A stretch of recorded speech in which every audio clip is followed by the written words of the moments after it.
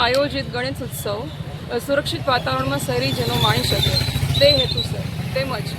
કોઈપણ પ્રકારના અનિચ્છનીય બનાવ ન બને અને મિલકત સંબંધી ગુનાઓ અટકાવી શકાય તે હેતુસર મેક્સિમમ પોલીસ ઓન રોડ રાખવામાં આવેલ છે તેમજ ફૂટ પેટ્રોલિંગ અને વાહન ચેકિંગનું આયોજન કરવામાં આવેલ છે।